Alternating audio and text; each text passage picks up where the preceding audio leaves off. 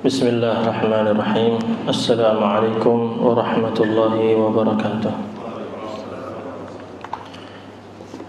Alhamdulillah, nahmaduhu wa nasta'inuhu wa nastaghfiruh wa na'udzu billahi min shururi anfusina wa min sayyiati a'malina. Man yahdihillahu fala mudilla lahu wa man yudlil fala hadiya lahu.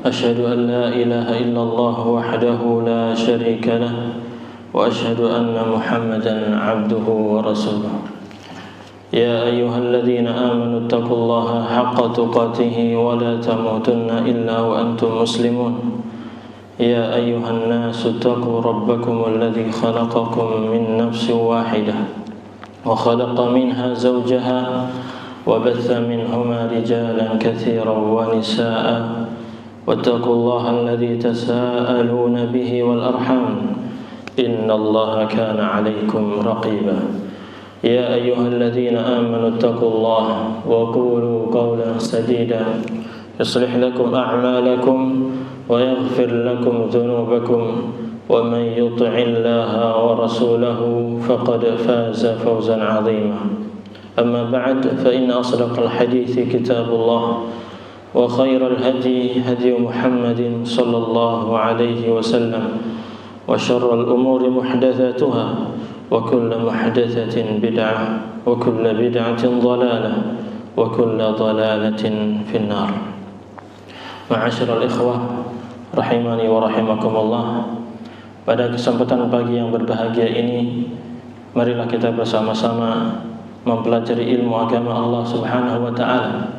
Dan pada kesempatan kali ini kita akan membahas sebuah tema yang sangat penting sekali untuk kita ketahui, dan ini masih dalam pembahasan kitab Al-Aqidah Al-Muyassarah, di mana Allah Subhanahu wa taala menjelaskan kepada kita tentang rute perjalanan hidup manusia. Dan kita harus tahu rute tersebut. Alur perjalanan kita ini kita harus tahu. Karena kalau seseorang tidak mengetahui rute perjalanan suatu perjalanan, maka dia tidak bisa menyiapkan bekal yang cukup untuk menuju kepada tujuan akhir dia. Sama seperti orang yang merantau ke Jakarta ini.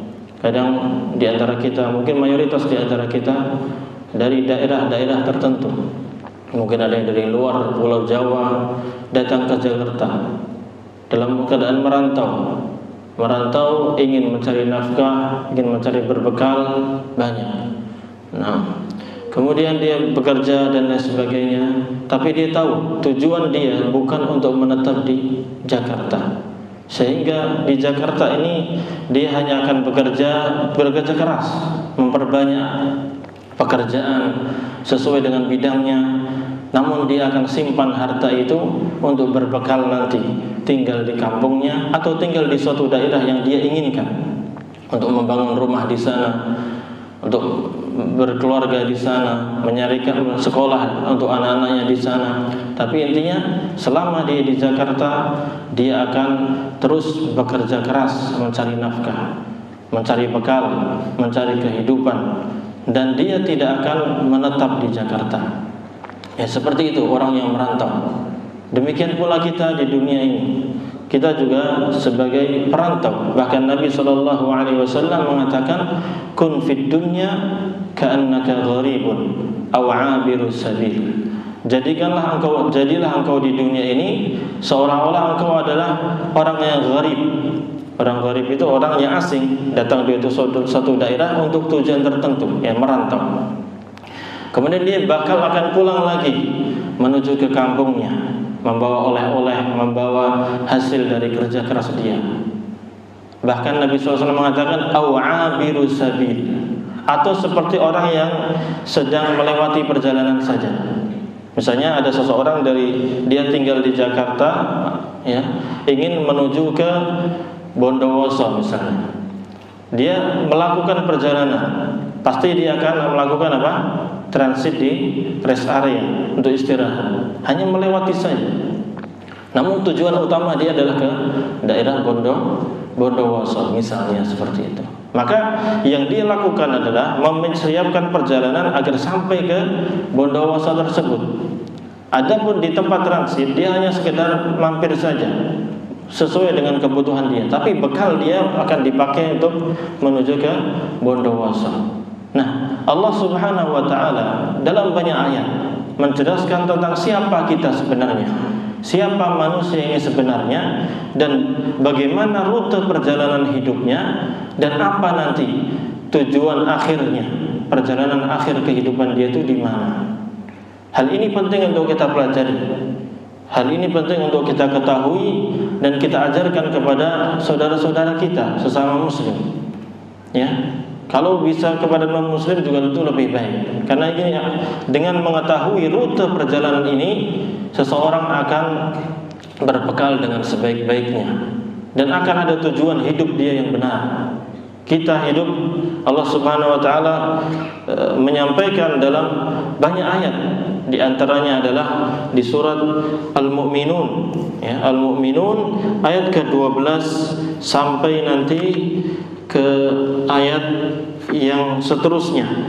Ya, kalau berkaitan dengan perjalanan hidup manusia itu hanya sampai ke 16.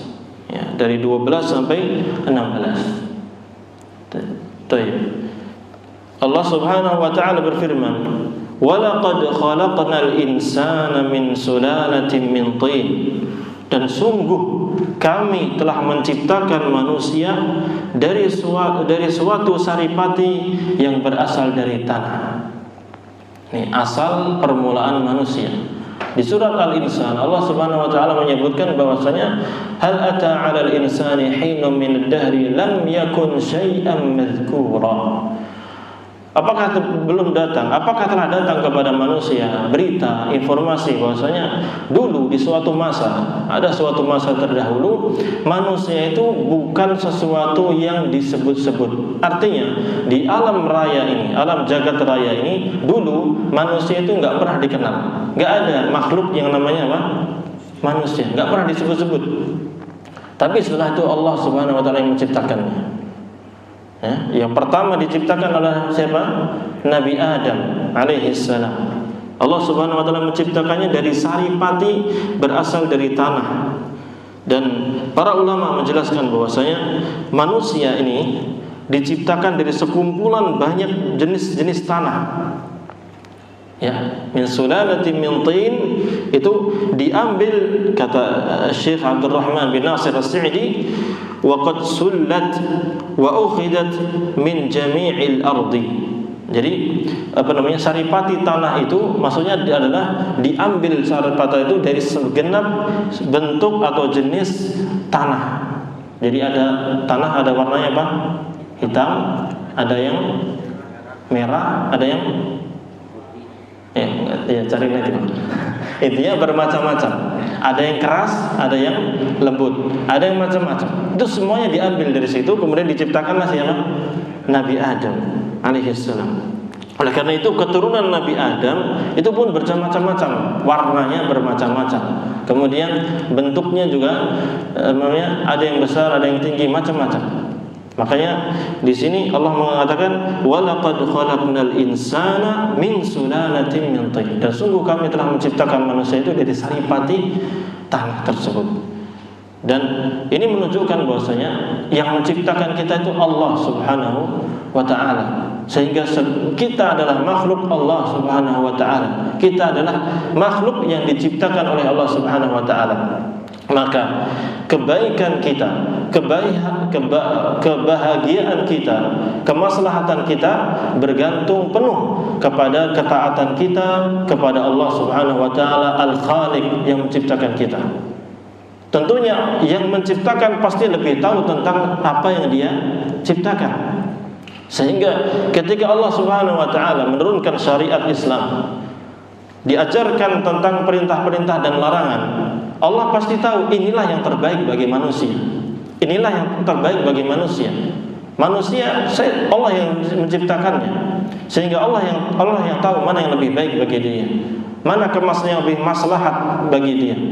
Maka kita sebagai manusia, ketika Allah menjelaskan walaqad khalaqnal insana, dan sungguh kami telah menciptakan manusia, maka berarti kita diciptakan oleh Allah.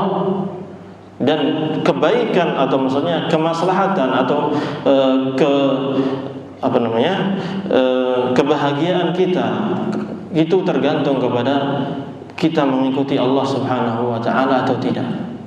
Kalau kita menyimpang dari ajaran Allah, maka kebahagiaan kita akan hilang. Bahkan kita akan celaka. Allah Subhanahu wa taala yang telah memberikan petunjuk kepada kita, kok kita enggak mengikuti. Sama seperti elektronik yang kita miliki, pasti ada cara-cara pemakaiannya dan pasti ada batasan-batasannya. Demikian pula manusia. Oleh karena itu, syariat-syariat Islam itu disebut dengan hududullah. Apa artinya? Batasan-batasan Allah. Kalau wa may yata'adda hududallahi faqad dzalama nafsah. Barang siapa yang melampaui batas, menerjang, mendobrak batas-batasan yang telah Allah Subhanahu wa taala batasi itu, maka dia telah menzalimi dirinya sendiri. Sama seperti elektronik, enggak bisa sebagai elektronik yang ada ini pasti ada hal-hal yang bisa merusaknya. Dan orang yang menciptakan elektronik pasti tahu. Oleh karena itu ada peraturan-peraturannya. Ya atau tidak? HP, kalau yang HP yang kurang yang standarnya adalah ketika direndam di air pasti apa? Mati.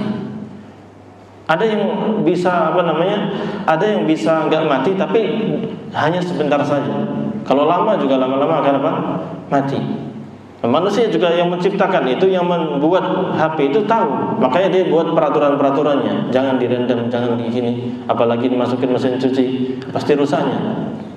Nah, demikian pula manusia. Manusia Allah yang menciptakannya, dan Allah Maha tahu apa yang lebih baik dan lebih maslahat bagi manusia tersebut. Maka kita sebagai manusia harus ikut kepada yang menciptakan manusia, yaitu Allah Subhanahu wa taala. Allah menjelaskan walaqad khalaqnal insana min sulalatin min tin.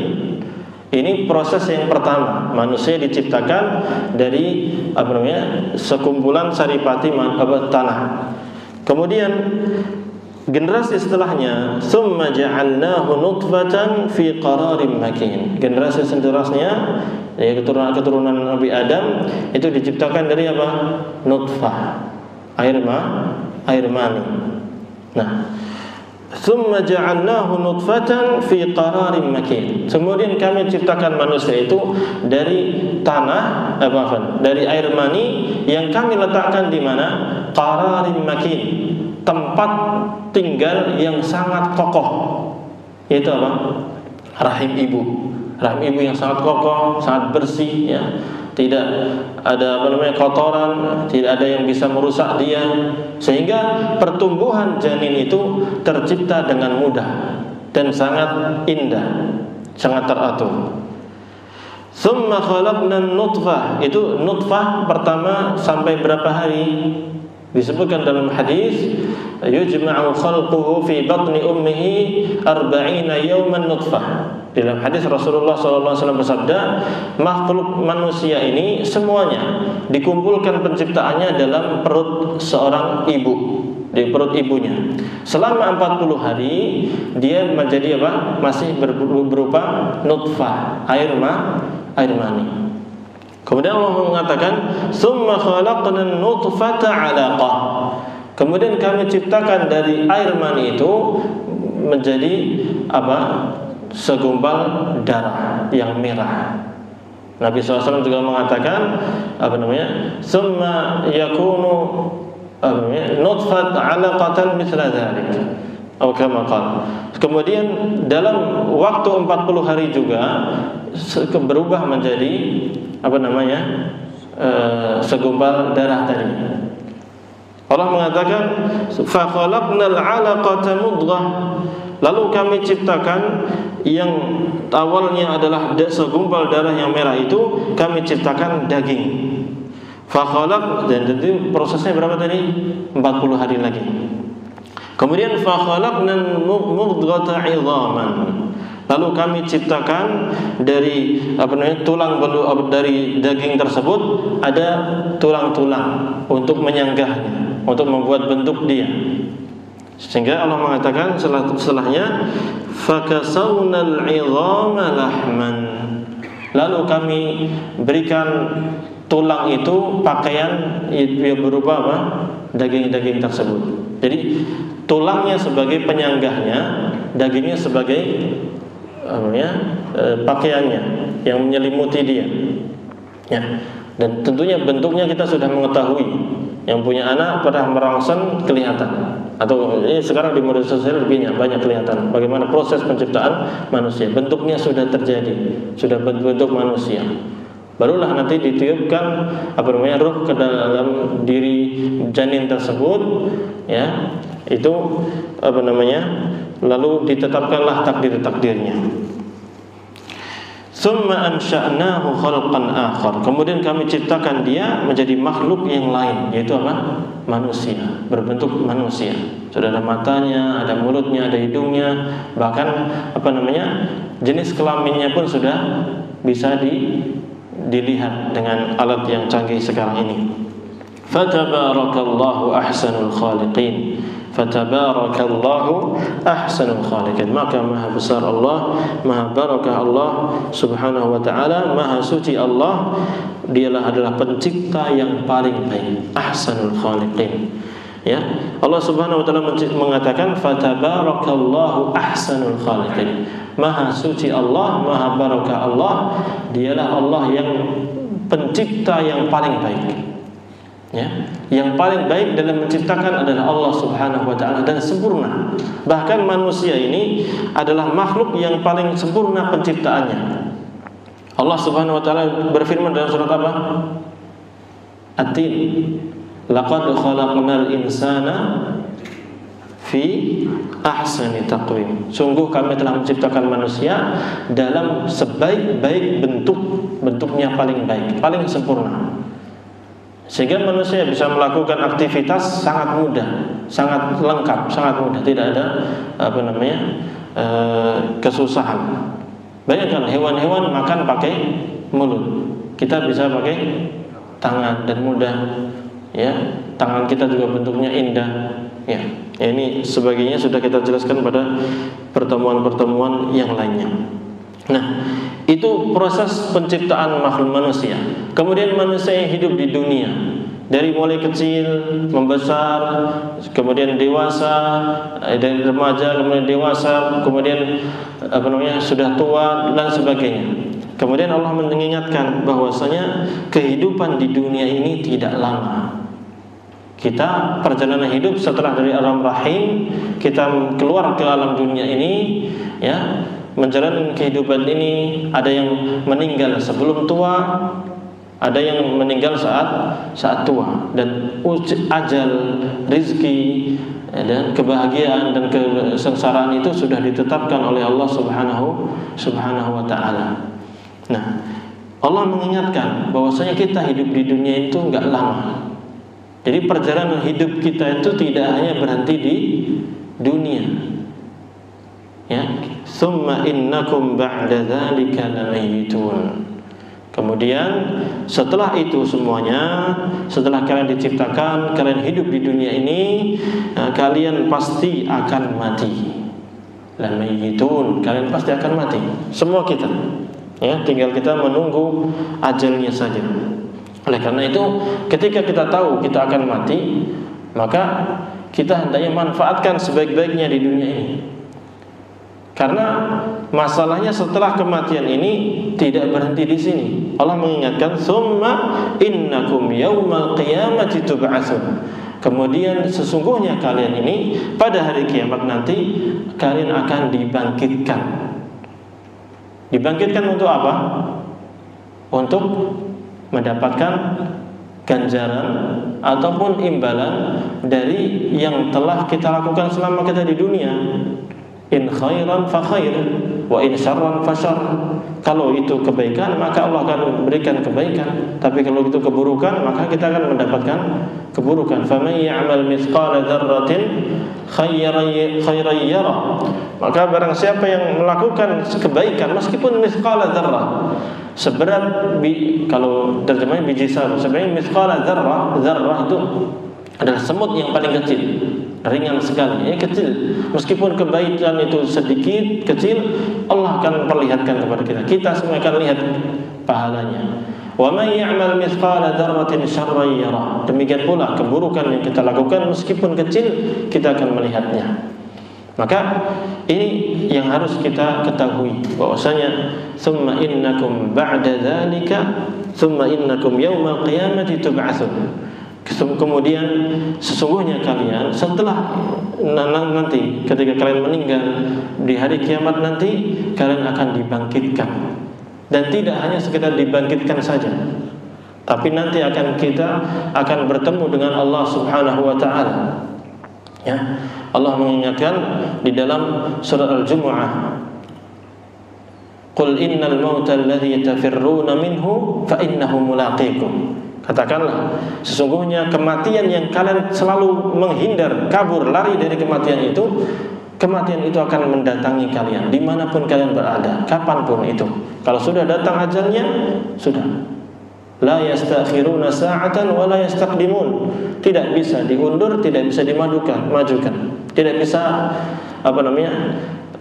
pesan tiket untuk kematian ini. Pasti sudah ada ajalnya. Tapi ingat, Allah mengatakan tadi apa? Fa innahu mulaqikum thumma turadduna ila 'alimil ghaibi wasyahadah. Masalahnya kita itu tidak hanya sekedar dibangkitkan, tapi kalian semuanya, kata Allah, thumma turaddun, kalian akan dikembalikan kepada siapa? Kepada Allah. Tapi di ayat ini tidak menyebutkan ilallah, kepada Allah, tapi Allah sebutkan nama dan sekaligus sifat Allah, yang membuat kita ketika mendengarkan ayat itu langsung takut, merinding. Kenapa? Ternyata kita akan dikembalikan, summa turadduna ila alimil ghaibi wasyahadah. Kita akan dikembalikan kepada Allah yang mengetahui yang gaib dan yang terang-terangan, yang mengetahui sesuatu yang kita sembunyikan selama kita di dunia dan sesuatu yang kita tampakkan kepada manusia. Maka ini mengerikan. Fayunabbi'ukum bima kuntum ta'malun. Lalu Allah akan memberitahukan kepada kalian tentang apa yang dahulu kalian lakukan di dunia. Antum kajian di sini, antum melakukan ini, habis kajian antum akan melakukan ini itu, setelah itu pulang akan melakukan ini itu, dan seterusnya, disebutkan semuanya oleh Allah Subhanahu wa taala. Membuat kita takut, ma'asyiral muslimin. Makanya keimanan kepada hari akhir ini adalah jurang pemisah antara orang mukmin dan orang kafir. Dan ini yang menentukan kebaikan seseorang. Kalau orang tahu ternyata saya hidup di dunia ini tidak lama, ternyata selama kita di dunia ini ada pertanggungjawabannya. Apa yang saya lakukan selama dari awal saya balik sampai saya meninggal nanti, oh ternyata ada balasannya. Sehingga membuat kita ini berusaha untuk bertakwa kepada Allah Subhanahu wa ta'ala. Dan ingat tadi Allah menyebutkan ila alimil ghaibi wasyahadah. Kita akan dikembalikan kepada Allah yang mengetahui hal yang tersembunyi dan hal yang terang-terangan. Kalau yang terang-terangan orang tahu, kita di masjid, kita sholat, kita kajian, kita baca Quran, kita sedekah, kadang orang tahu. Tapi yang tersembunyi ini, yang kadang kita sembunyikan ini, yang kita kadang suudzon atau berburuk sangka kepada Allah seolah-olah Allah tidak tahu. Kan gitu. Orang yang maksiat maka dikatakan imannya kurang karena demikian. Mestinya dia mengetahui bahwasanya dia tahu Allah itu mestinya mengetahui hal yang gaib dan yang terang-terangan. Allah tahu apa yang kita sembunyikan. Tapi ketika kita bermaksiat itu, iman itu berkurang, sehingga kita lebih mengutamakan nafsu kita. Gak apa-apa. Seolah-olah kita mengatakan Allah nggak tahu nih, na'udzubillah, jangan sampai demikian. Ya, oleh karena itu orang-orang kafir mereka berbuat sesuka hati mereka, karena mereka enggak punya keyakinan tentang adanya hari kiamat. Za'amal ladzina kafaru an la yub'atsu. Orang-orang kafir itu menyangka bahwasanya mereka enggak bakal dibangkitkan. Allah menjawab, apa namanya? La tub'atsunna. Bahkan kalian itu sebenarnya akan dibangkitkan. Ya, summa latunabba'unna bima 'amiltum. Kemudian kalian benar-benar akan diberitahu tentang apa yang telah kalian kerjakan selama di dunia ini. Makanya para syair mengatakan apa namanya? Law kana idza kana al-maut rahat idza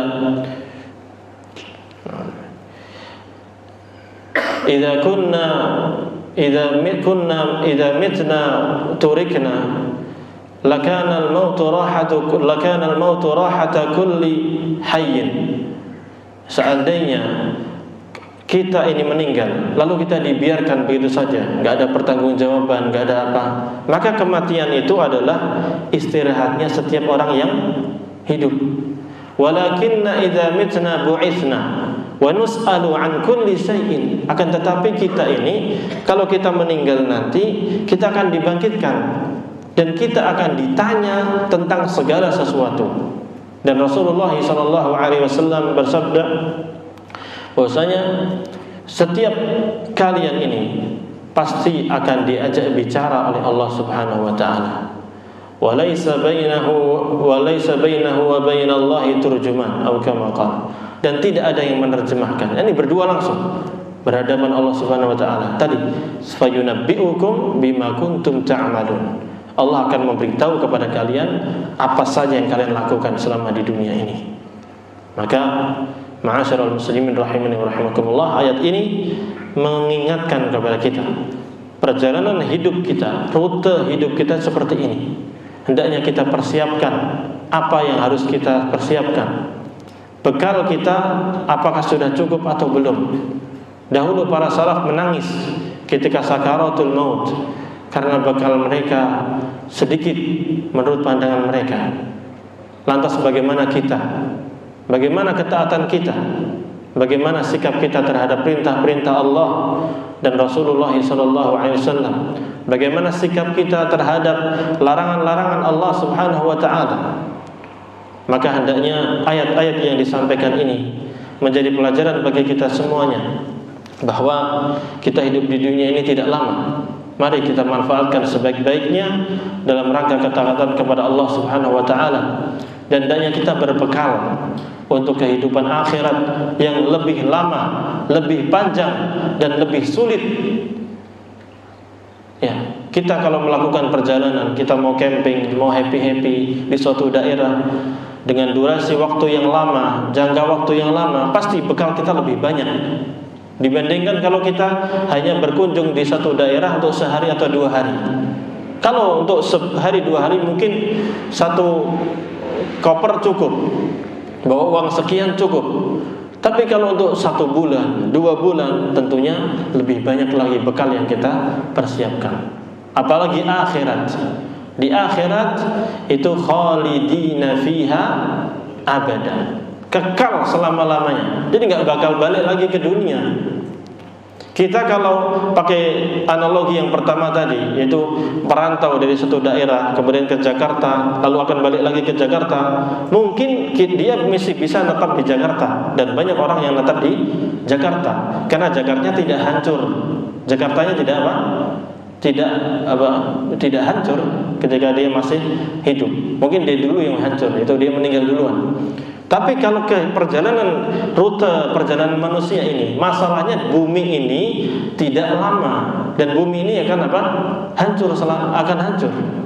Ya, akan fana ini. Dan banyak ayat-ayat Allah menegaskan tentang huru-hara hari kiamat. Bagaimana akan terjadinya kiamat? Berarti hancur semuanya.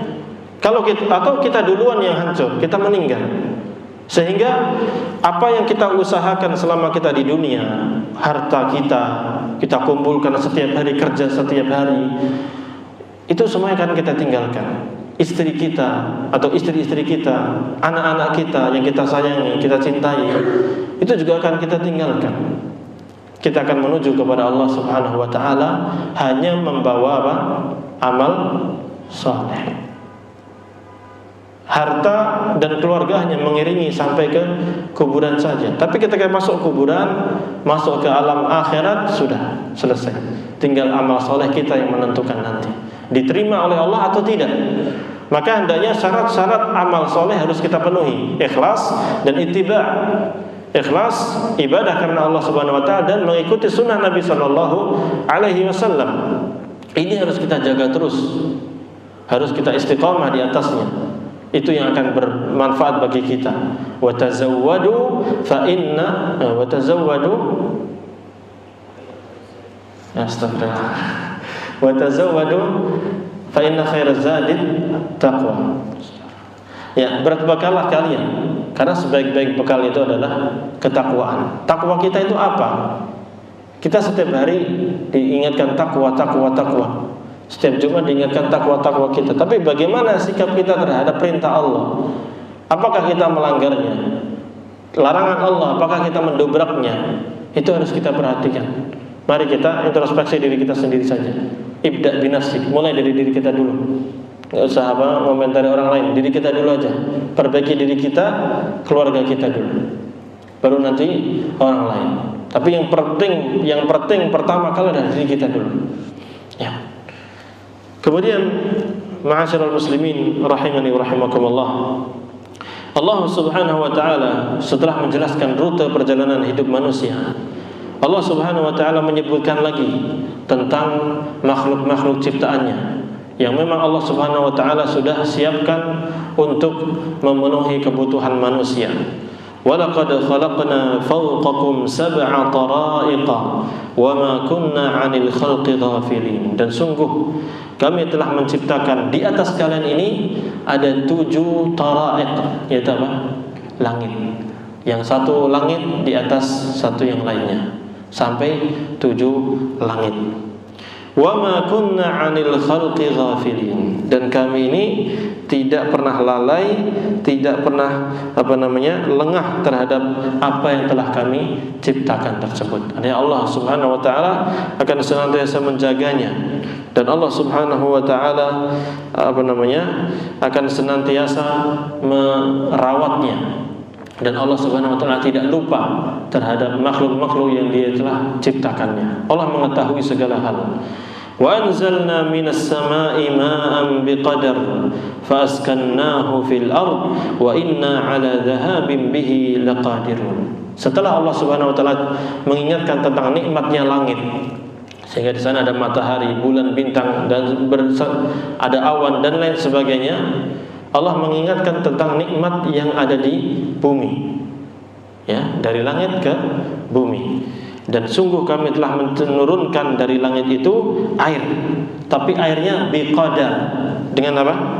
Dengan ukuran, suatu ukuran yang Allah Subhanahu wa taala telah ukur. Ya, kadarnya berapa sehingga sesuai dengan kebutuhan manusia dan lain sebagainya. Ini nikmat dari Allah Subhanahu wa taala sebagaimana kita jelaskan di kajian-kajian yang lalu. Fa askannahu fil ard. Lalu kami tempatkan bumi itu agar menetap di bumi ini. Lalu kami tempatkan kami tempatkan air itu ke dalam bumi, sehingga bisa dimanfaatkan oleh manusia di sungai-sungainya, di lautnya, di kolam-kolamnya, di sumurnya, mereka bisa dimanfaatkan oleh manusia. Namun Allah ingatkan, wa inna 'ala dhahabin bihi laqadirun. Dan sungguh kami ini benar-benar mampu, berkuasa untuk menghilangkan air tersebut. Tiba-tiba kering kerontang bisa, Allah mudah untuk melakukan hal itu. Tiba-tiba hilang lenyap air itu bisa. Makanya hendaknya kita bersyukur kepada Allah Subhanahu wa taala. Allah ingatkan itu dalam surat Al-Waqi'ah. Afara'aitumul ma'a alladhi tashrabun. Bagaimana menurut kalian tentang air yang kalian minum itu? A antum anzaltumuhu minal muzni am nahnu munzilun. Apakah kalian yang menurunkan air itu dari awan atau kami yang menurunkan? Jawabannya siapa? Ya Allah tentunya. Nggak ada manusia yang menurunkan air atau hujan dari awan tersebut. Lau nasya'u ja'alnahu ujajan. Seandainya kami mau, kami jadikan air itu turunnya asin, Pak. Seperti air apa? Laut. Falaula tashkurun. Maka kenapa kalian tidak mau bersyukur? Bayangkan kalau air itu semuanya asin, bagaimana kita minum? Apakah menghilangkan dahaga? Tidak. Susah. Kita mau buat kopi, buat teh, asin semua. Repot. Mau nyuci, asin, bahaya, susah juga. Ya, besi-besi kena asin gimana jadinya? Berkarat, kan rusak, hancur. Makanya Allah mengingatkan, falaula tashkurun. Kenapa kalian tidak mau bersyukur? Maka wajib bagi kita semuanya untuk bersyukur kepada Allah Subhanahu wa taala. فَأَنْشَأْنَا لَكُمْ بِهِ جَنَّاتٍ مِّن نَخِيلٍ وَأَعْنَابٍ لَكُمْ فِيهَا فَوَاكِهُ كَثِيرَةٌ وَمِنْهَا تَأْكُلُونَ. Lalu kami dengan air itu kami tumbuhkan kebun-kebun kurma, anggur dan berbagai macam buah-buahan yang sangat banyak, yang darinya kalian bisa memakannya, menyantapnya. وَشَجَرَةً تَخْرُجُ مِنْ طُورِ سَيْنَاءَ تَنْبُتُ بِالدُّهْنِ وَصِبْغٍ لِلْآكِلِينَ. Dan kami juga tumbuhkan suatu pohon yang keluar dari Tur Sina. Apa itu? Pohon apa? Pohon zaitun. Ini keutamaan pohon zaitun yang menghasilkan minyak zaitun. Ya, yang manfaatnya sangat luar biasa, sangat banyak ya.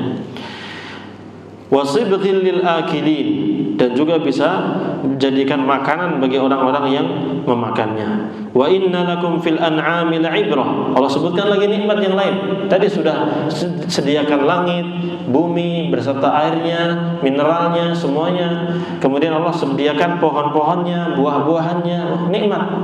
Nikmat. Fa bi ayyi ala'i rabbikuma tukadziban. Nikmat mana lagi yang akan kalian dustakan wahai bangsa jin dan bangsa manusia? Ya. Demikian pula Allah Subhanahu wa taala ciptakan adanya hewan-hewan. Wa inna lakum fil an'ami la'ibrah. Dan sesungguhnya kalian itu memiliki pelajaran yang besar yang ada pada hewan-hewan binatang ternak. Nusqikum mimma fi butuniha. Kami berikan minuman kepada kalian dari sesuatu yang keluar dari perut mereka. Itu apa? Susu-susu. Walakum fiha manafi'u katsirah. Dan kalian juga memiliki manfaat-manfaat, bisa kalian manfaatkan dengan manfaat yang banyak dengan adanya hewan-hewan atau binatang ternak tadi. Bisa buat kendaraan, bisa pula buat jual beli, dagang dan lain sebagainya. Wa minha ta'kulun, dan sebagiannya kalian makan dagingnya, ya, kalian jadikan makanan-makanan yang berbagai macam. Wa 'alaiha wa 'alal fulki tuhmalun. Dan di atas hewan-hewan binatang ternak itu dan juga di atas kapal kalian dibawa. Maksudnya kalian menjadikan binatang ternak itu dan juga kapal-kapal itu sebagai kendaraan untuk di darat dan juga untuk di lautan bagi kapal. Itu nikmat yang luar biasa yang Allah Subhanahu wa taala sebutkan dalam surat Al-Mu'minun ayat berapa tadi? 12 ya, ayat 12 sampai 20 tambah satu lagi Pak, 22. Wa 'alaiha wa 'alal fulki tuhmalun. Nah, itu Allah Subhanahu wa taala sebutkan nikmat-nikmatnya. Ya, di surat An-Nur ayat ke-43 sampai ayat ke-45. Lanjut ya. Boleh lanjut? Sampai jam berapa? 5 aja. Jam 6 ya insyaallah. Baik. Di surat An-Nur ayat ke-43 sampai ayat ke-45. Allah Subhanahu wa taala menyebutkan bagaimana proses terjadinya hujan dan apa saja yang ada di langit di atas kita ini. Alam tara anna Allah yuzji sahaban thumma yu'allifu bainahu thumma yaj'aluhu rukama fatara al-wadqa yakhruju min khilalihi wa yunazzilu minas samai min jibalin fiha min baradin fayusibu bihi man yasha' wa yasrifuhu 'amman yasha' yakadu sana barqihi yadhhabu bil absar. Ya. Ini tentang informasi apa yang terjadi di langit. Di antaranya adalah proses terjadinya apa? Hujan. Allah Subhanahu wa taala mengatakan, "Tidakkah kamu melihat bahwa Allah mengarak awan?" Allah giring awan itu, digeser dari sini ke sini, sini ke situ, digeser. Allah yang mengaturnya. Tsumma yu'allifu bainahu. Kemudian Allah kumpulkan bagian-bagian dari awan itu. Thumma yaj'aluhu rukaman. Kemudian Allah jadikan awan-awan itu saling bertindih satu dengan yang lainnya, mulai mendung, fataral wadqa yakhruju min khilalih, sehingga engkau bisa melihat adanya hujan yang keluar dari celah-celahnya. Ini yang turun air hujan. Dan sebagaimana kita katakan, di antara bentuk rahmat Allah Subhanahu wa taala kepada kita, Allah turunkan hujan itu rintik. Sederas-derasnya pun masih ukuran kecil. Tidak seperti turunnya air terjun yang satu titik gitu hancur, bolong rumah kita hancur kalau seperti itu. Tapi rintik-rintik, status demi status terus. Dan itu subhanallah indah. Itu yang mengatur adalah Allah Subhanahu wa taala, yang tidak bisa dilakukan oleh sedikit pun makhluk, siapapun di antara makhluk-makhluknya. Sehingga tidak boleh kita meyakini adanya orang-orang yang bisa mengatur hujan tersebut, pawang hujan ataupun wali kutub ini, wali kutub itu, karena sebagian kelompok orang-orang kalangan sufiyah meyakini bahwasanya ada sebagian wali-wali itu yang mengatur alam semesta ini, dan mengatur hujan ini, mengatur hujan itu. Tapi kita harus meyakini Allah lah yang mengatur itu. Ya, memang Allah Subhanahu wa taala mengutus siapa? Malaikat. Siapa yang mengatur hujan? Yang ngatur hujan siapa? Malaikat siapa yang ditugaskan? Mikail dan bala tentaranya. Allah yang mengutus mereka. Sehingga turun dengan sangat indah yang kita lihat ini. Itu air yang kita biasa lihat, air hujan. Tapi Allah menyebutkan hal lain. Apa itu? Allah mengatakan, wa yunazzilu minas samai min jibalin fiha min barad. Dan Allah Subhanahu wa taala mengeluarkan dari langit itu butiran-butiran es dari langit. Pernah lihat itu? Es turun hujan es pernah ya? Seperti itu. Di Saudi kemarin juga demikian. Air hujan. Pernah di daerah Magelang juga pernah turun seperti itu. Air hujan betul-betul butiran es. Tak-tak kayak batu gitu. Tapi es. Ini ayatnya demikian. Dan dari gumpalan-gumpalan awan itu seperti gunung-gunung, sangat menjulang tinggi. Maka ditimpakan butiran-butiran es itu kepada siapa yang dikehendakinya, dan dipalingkannya dari siapa yang dikehendakinya. Ini Allah Subhanahu wa taala menjelaskan tentang pembagian hujan tadi. Di daerah sini hujan, di sana terang. Sini hujannya lebat, deras, bahkan hujan es. Di sana hujan biasa, di sana dan selain sebagainya. Sebagaimana Allah Subhanahu wa taala bagi rezeki kepada manusia. Ada fulan, masya Allah, banyak hartanya, banyak rezekinya. Yang fulan yang lain berkurang dan sebagainya. Macam-macam itu sudah Allah atur. Hujan Allah atur, rezeki juga Allah Subhanahu wa taala yang mengaturnya. Yakadu sana barqihi yadhhabu bil absar. Allah sebutkan tentang kilat. Kilauan kilat awan itu hampir-hampir menghilangkan penglihatan.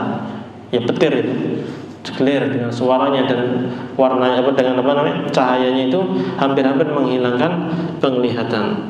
Yuqallibullahu al-laila wan-nahar inna fi dzalika la'ibratan liulil absar.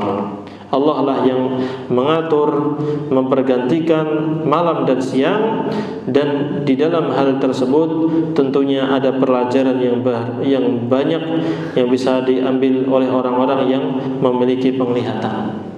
Ya, ini diantara fungsi mata kita yang Allah ciptakan ini adalah untuk melihat alam semesta ini, kebesaran Allah Subhanahu wa taala. Bagaimana Allah mengatur alam semesta ini, diantaranya hujan, petir, menyambar dan lain sebagainya. Itu Allah yang mengaturnya.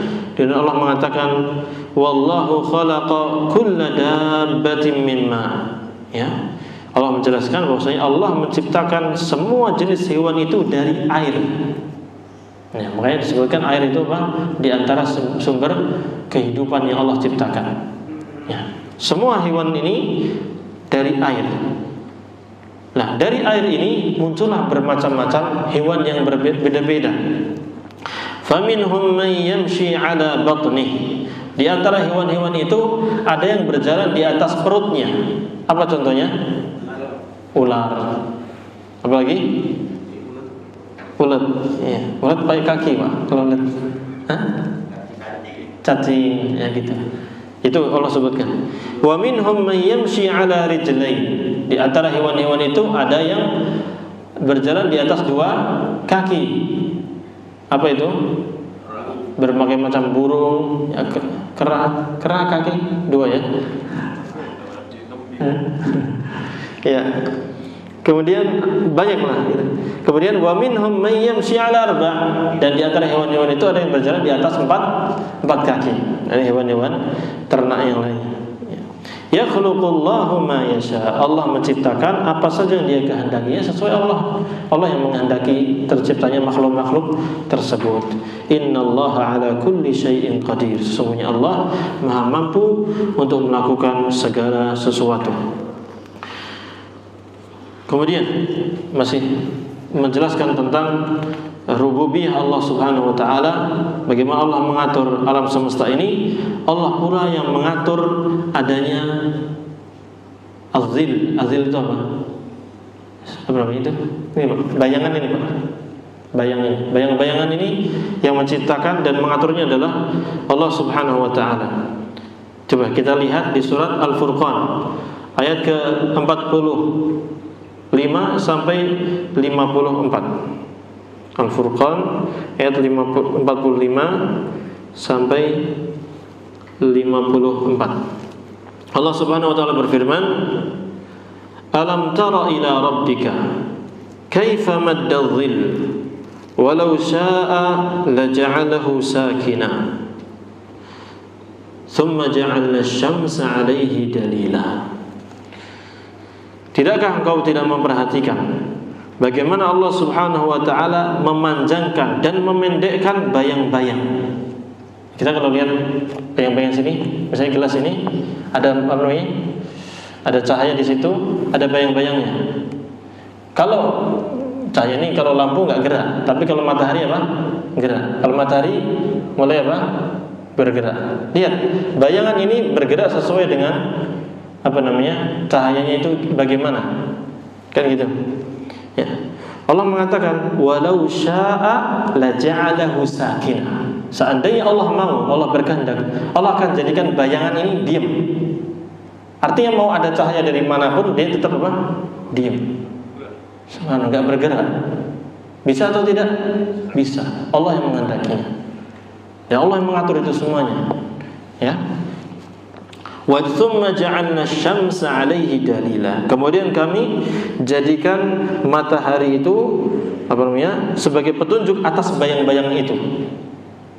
Gimana maksudnya? Ya tadi ada cahaya matahari demikian, maka bendanya itu pertama memanjang. Kemudian ketika apa namanya matahari mulai di atasnya full, ada bayangan atau tidak? Tidak ada. Dan lain sebagainya. Bahkan ini dijadikan sebagai tolak ukur apa? Waktu sholat. Waktu sholat zuhur kapan? Iya, enggak pakai jam, Kita pakai matahari dulu. Matahari dulu. Yang pakai bayang-bayang itu sholat zuhur sama sholat asar. Kalau subuh itu kan pakai fajar shodiq. Fajar shodiq itu bukan bintang yang merah-merah, bukan. Fajar shodiq itu cahaya yang mengawali munculnya matahari. Makanya fajar shodiq itu yang di ufuk sana, yang timur itu yang memanjang, yang putih memanjang. Karena ada fajar shodiq, ada fajar kadzib. Kalau fajar kadzib itu muncul seperti ekor serigala, merah gitu ke atas, kemudian padam lagi. Selang beberapa menit muncul yang putih itu, al-abyad as-sati', apa namanya, putih yang memanjang itu. Nah, itu namanya fajar shodiq. Itu pemahaman yang benar tentang fajar shodiq. Nah, itu. Tapi bukan pakai bayang-bayang. Yang pakai bayang-bayang zuhur. Zuhur itu waktunya adalah zawal. Zawal itu apa, Pak? Sana timur, sini barat. Matahari di sini, kemudian di tengah-tengah. Kalau masih di tengah-tengah, itu kan bayang-bayang di tengah gini, pas di benda tersebut. Ini belum masuk waktu zuhur. Tapi kalau matahari sudah zawal, ya, apa namanya, bergeser ke arah barat, sehingga muncul cahaya dikit ke sebelah timur, ya kan gitu. Nah, itu barulah masuk waktu sholat zuhur. Nah, waktu sholat asar itu adalah ketika yakunu zillu syai'i mislahu. Jadi ketika bayang-bayang sesuatu itu sesuai dengan bendanya. Misalnya bendanya tingginya 1 meter, terlalu apa ya? Atau hasta misalnya. Kemudian ada matahari sini. Nah, kapan waktu sholat asar? Ketika tinggi benda tersebut sama dengan ukuran bayangannya, atau lebih dikit, itu udah masuk waktu sholat asar. Itu yang mengatur semua itu siapa? Allah Subhanahu Wa Taala. Waktu maghrib kapan bisanya masuknya? Waktu tenggelamnya bulatan matahari itu. Plek, tenggelam, masuklah. Meskipun masih ada syafaq, masih ada apa? Bayang-bayang merah itu. Waktu isya kapan mulainya? Syafaqnya hilang. Syafaqnya hilang, masuk waktu isya. Nah, seperti itu. Jadi perputaran matahari beserta bayangannya Allah jadikan itu sebagai waktu-waktu sholat untuk zuhur dan asar. Nah, seperti itu. Allah mengatakan tadi, walau syaa la ja'alahu sakin. Kalau Allah mau, Allah akan jadikan bayangan itu diam. Ya. Tapi hikmah Allah Subhanahu Wa Taala menghendaki bahwasanya bayang-bayangan itu berjalan atau bergerak sesuai dengan cahaya yang menyinarinya. Tsumma qabadnahu ilaina qabdan yasira. Kemudian kami menarik bayang-bayangan itu kepada kami dengan tarikan yang perlahan-lahan. Jadi proses apa? Siang dan malam. Wa huwa alladzi ja'ala lakumul laila libasa. Kembali Allah mengingatkan tentang malam itu sebagai, Allah jadikan malam itu sebagai pakaian bagi kalian yang menyelimuti kita sehingga hangat tubuh kita, gelap gulita dunia ini. Wan nauma subata, dan kami jadikan tidur itu sebagai istirahat untuk menghilangkan lelah letih kita. Alhamdulillah. Wa ja'ala an-nahara nusyura, dan kami jadikan siang itu sebagai tempat untuk bangun dan berusaha untuk mencari nafkah. Terang benderang seperti ini, enggak perlu cahaya, kita bisa kerja dengan berbagai macam pekerjaan. Mudah. Alhamdulillah. Bahkan di antara fungsi adanya siang, adanya matahari itu juga bisa dijadikan listrik, pembangkit listrik dengan matahari, sehingga kita memiliki listrik yang kita manfaatkan ini. Ya, sehingga meskipun di ruangan yang gelap, tapi kita bisa menyalakan lampu. Wa huwa alladhi arsala ar-riyaha bushran baina yaday rahmatih wa anzalna minas sama'i ma'an tahura. Ini ada pembahasan fikih di ayat ini. Pertama, Allah Subhanahu wa taala menyebutkan hujan itu sebagai rahmat. Hujan sebagai rahmat. Kemudian Allah sebutkan hujan itu adalah air yang suci dan mensucikan. Allah mengatakan wa huwal ladzi arsala riyah. Allah lah yang telah mengutus atau meniup angin itu. Ya. Angin itu bertiup kencang. Kalau mau hujan itu kan bertiup dulu kencang, kemudian dingin, mulai awannya gelap. Nah, itu Allah utus dan Allah yang mengatur angin tersebut, awan tersebut, angin tersebut. Sebagai apa? Busyran, sebagai kabar gembira baina yaday rahmatih, sebelum datangnya atau di hadapan atau sebelum datangnya rahmat Allah. Di sini maksudnya rahmat Allah adalah hujan. Maka hujan ini ma'asyiral muslimin adalah rahmat dari Allah Subhanahu wa taala. Sehingga seandainya terjadi hujan, jangan sampai kita mencela hujan. Jangan sampai waduh, hujan lagi. Dikit-dikit hujan, jangan usah ngeluh. Ya mungkin kita basah-basah, kita basah kuyup, kita terhalang aktivitas kita, tapi jangan celah hujannya. Allah yang mengatur itu semua, jangan celah. Kalau kita mencela hujan, nanti kita mencela pengaturan Allah Subhanahu wa taala. Kita hendaknya mengucapkan kata-kata indah, Allahumma shayyiban nafi'ah, ya Allah turunkan hujan yang bermanfaat. Kita mungkin basah, kena sedikit kesusahan, tapi ingat, banyak makhluk-makhluk Allah yang membutuhkan hujan itu. Karena hujan adalah rahmat, menumbuhkan tumbuh-tumbuhan, hewan-hewan yang sangat banyak itu butuh kepada air hujan tersebut. Oleh karena itu, jangan mencela air hujan. Jangan salahkan hujan karena menghalangi aktivitas kita, tapi salahkan kita sendiri. Kenapa kita tidak punya atap? Kenapa nggak punya jas hujan? Kenapa nggak punya mantol? Kenapa kendaraan kita nggak ada atapnya? Kan gitu. Ya, itu. Jadi jangan salahkan hujannya, tapi buat solusi saja. Sama seperti kita hujan turun kemudian banjir. Jangan salahkan hujannya, tapi bagaimana kita mengelola banjir ini biar tidak terjadi banjir. Ya, seperti itu. Ya, Allah Subhanahu wa taala berfirman, "Wa anzalna minas sama'i ma'an tahura." Dan kami telah menurunkan dari langit itu air yang suci dan mensucikan. Maka ketika kita air hujan kemudian kita tadain, kita pakai untuk wudu, itu sah. Ya, mandi hujan dengan niat mandi junub bisa enggak? Ya, selama itu membasahi bisa. Tapi tidak harus, kalau mau rukun-rukunnya atau sunnah-sunnahnya dipakai ya ditadain dulu, wudu dulu, cuci tangan dulu, cuci itunya, kemudian wudu baru mandi hujan keluar. Dan itu suci dan mensucikan. Linuhyiya bihi baldatan maita wa nusqiyahu mimma khalaqna an'ama wa anasiya katsira. Ya, dengan air hujan itu banyak manfaatnya. Kami itu jadikan negeri atau tanah yang gersang, yang mati, lalu kami hidupkan di sana tumbuh-tumbuhan sehingga menjadi tanah yang hidup, yang subur. Wa nusqiyahu mimma khalaqna an'ama wa anasiya katsira. Dan kami berikan dengan air hujan itu, kami berikan air minuman bagi siapa?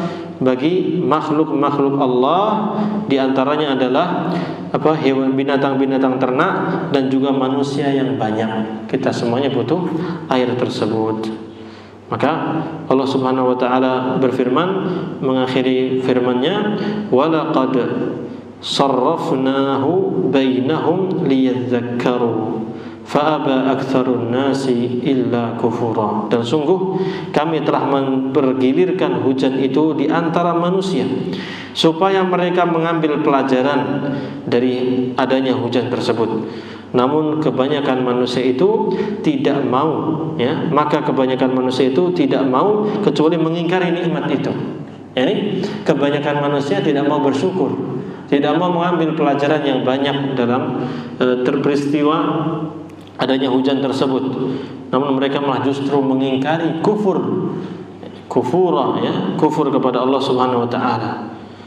Ya, bahkan sebagian orang-orang mengatakan bahwasanya mutirna binau'i kadza wa kadza. Ini bentuk kufur nikmat dan kesyirikan, di mana orang-orang ketika hujan turun dia mengatakan kita diberikan hujan ini karena berkat bintang ini bintang itu. Ini bentuk kekufuran, kesyirikan kepada Allah Subhanahu wa taala. Tapi hendaknya seorang muslim mengatakan mutirna bi fadlillahi wa rahmatihi. Kami ini diberikan hujan karena karunia dari Allah dan kasih sayang rahmat dari Allah Subhanahu wa taala.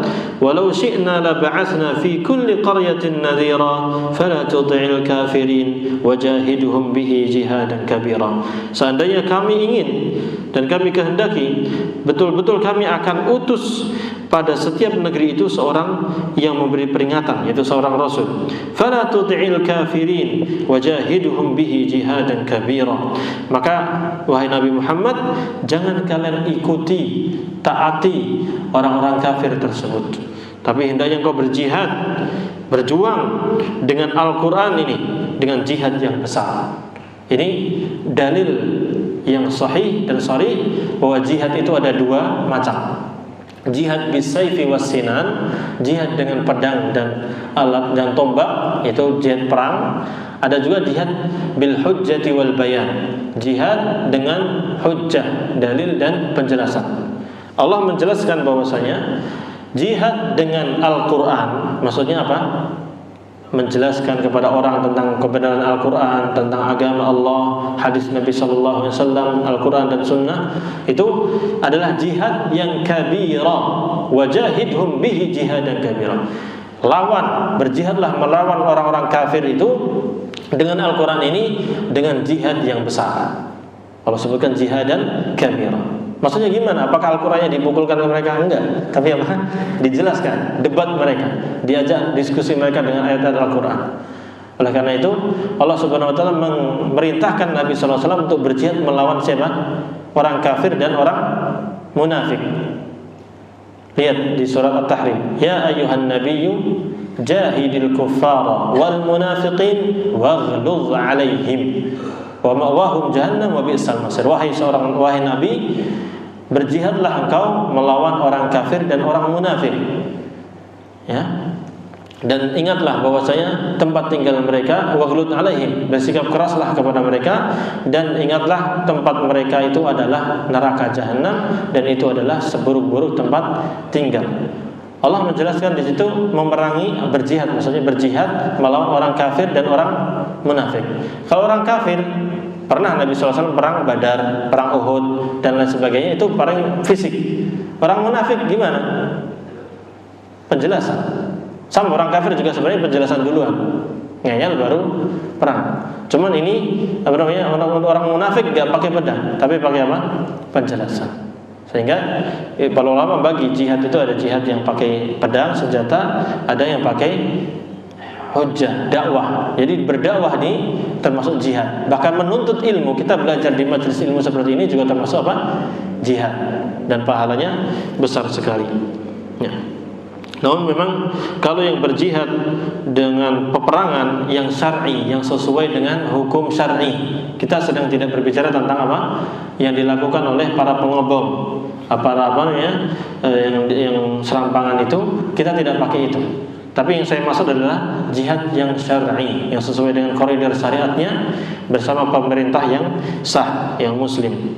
Nah, kalau jihad yang perang memang banyak keutamaannya. Ya, di antaranya dia kalau meninggal syahid dapat berapa bidadari?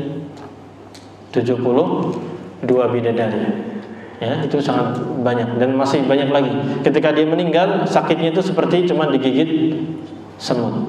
Dan bahkan orang yang syahid itu dia ingin setelah mati syahid ingin hidup lagi, perang lagi, syahid lagi, hidup lagi, perang lagi, syahid lagi. Karena dia merasakan nikmat ketika apa? Meninggal tersebut. Nah, dan Allah Subhanahu wa taala menjelaskan tadi bahwasanya jihad dengan Al-Qur'an itu jihad yang besar. Kemudian Allah menjelaskan tentang lautan. Kita lanjutkan sebentar ya. Wa huwa alladhi marajal bahraini hadza 'adbun furat wa hadza milhun ijaz. Ya, Allah Subhanahu wa taala menceritakan tentang lautan. Bagaimana Allah Subhanahu wa taala telah membelah lautan itu. Dan dialah Allah Subhanahu wa taala yang membiarkan dua laut yang mengalir berdampingan, namun yang ini tawar dan segar, namun yang lain asin dan pahit. Ya, subhanallah. Tapi tidak apa? Bercampur. Berdampingan tapi tidak bercampur. Dalam kemudian Allah mengatakan wa ja'ala bainahuma barzakhan wa hijran mahjura. Dan Allah Subhanahu wa taala jadikan antara kedua laut itu ada dinding dan batas yang menghalanginya. Dan dinding dan batas itu tidak terlihat oleh kita. Tapi maksudnya tidak ada dinding kayak tembok gini, tidak. Tapi memang Allah Subhanahu wa taala ciptakan itu. Sehingga air yang tawar itu tidak campur dengan air yang asin tersebut. Dan masing-masing dari keduanya itu ada ikan-ikan khusus padanya. Ya.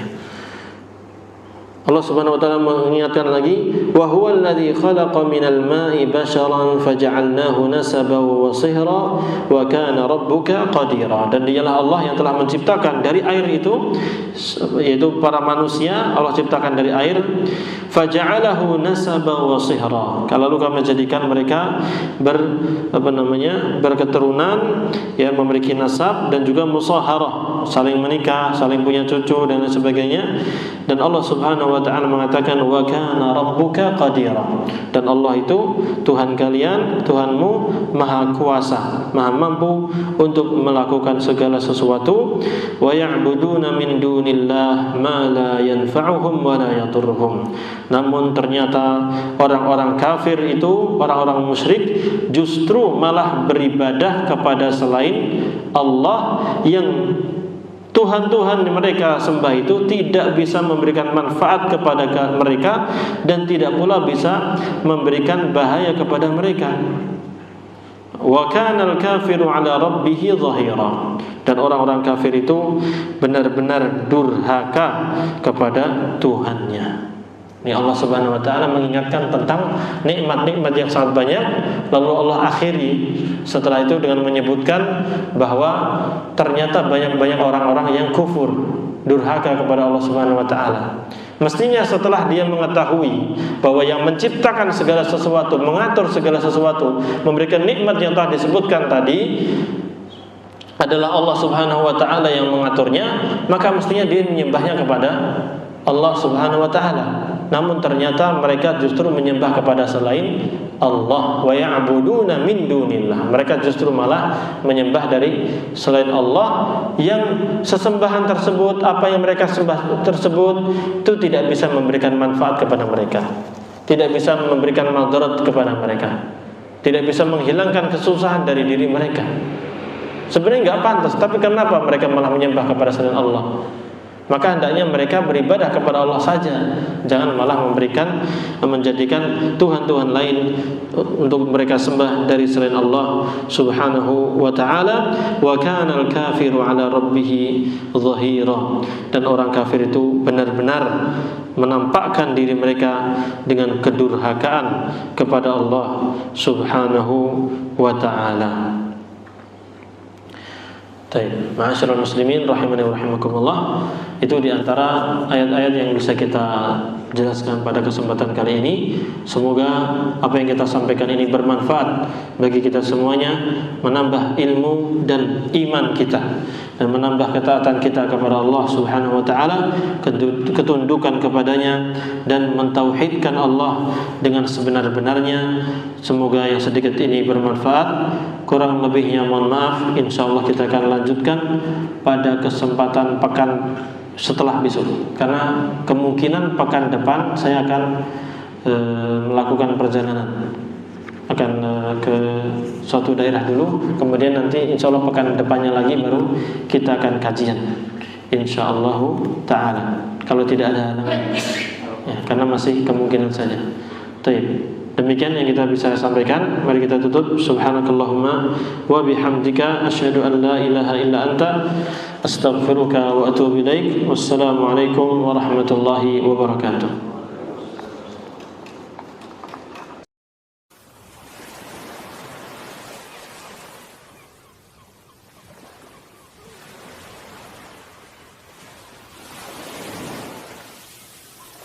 قل هذه سبيلي أدعو